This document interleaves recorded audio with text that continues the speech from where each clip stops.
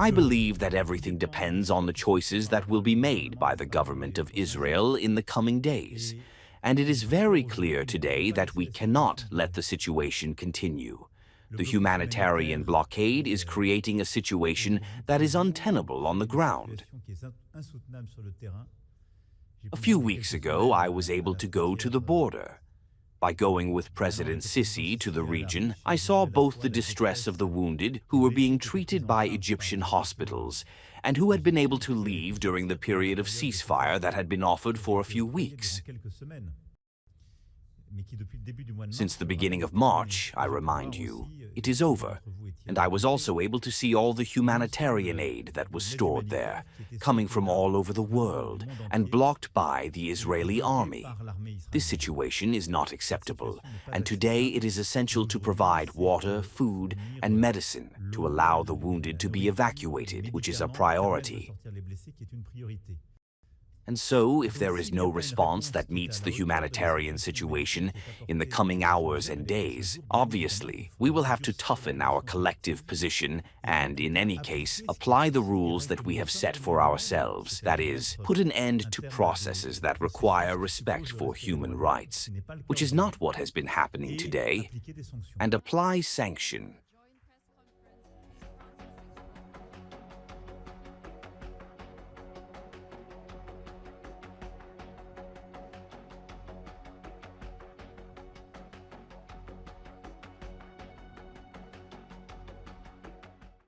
I could never understand how this simple truth evades the leaders of France, Britain, Canada, and others.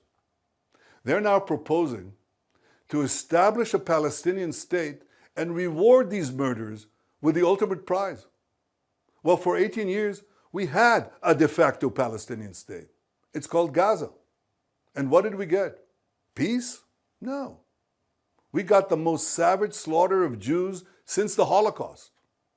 You won't be surprised to learn that Hamas thanked President Macron and Prime Ministers Starmer and Carney for demanding that Israel end its war in Gaza immediately. Hamas was right to thank them, because by issuing their demand, replete with a threat of sanctions against Israel, not Hamas, these three leaders effectively said they want Hamas to remain in power. They want Israel to stand down and accept that Hamas's army of mass murderers will survive, rebuild, and repeat the October 7th massacre again and again and again, because that's what Hamas has vowed to do. I say to President Macron, Prime Minister Carney, and Prime Minister Starmer, when mass murderers, rapists, baby killers, and kidnappers thank you, you're on the wrong side of justice.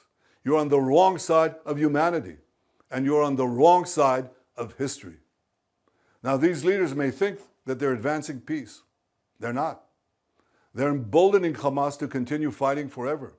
And they give them hope to establish a second Palestinian state, from which Hamas will again seek to destroy the Jewish state. And mind you, it's not going to be a state free of Hamas. When you establish a Palestinian state, we've seen it. The radicals take over. Iran sends them in and they take over.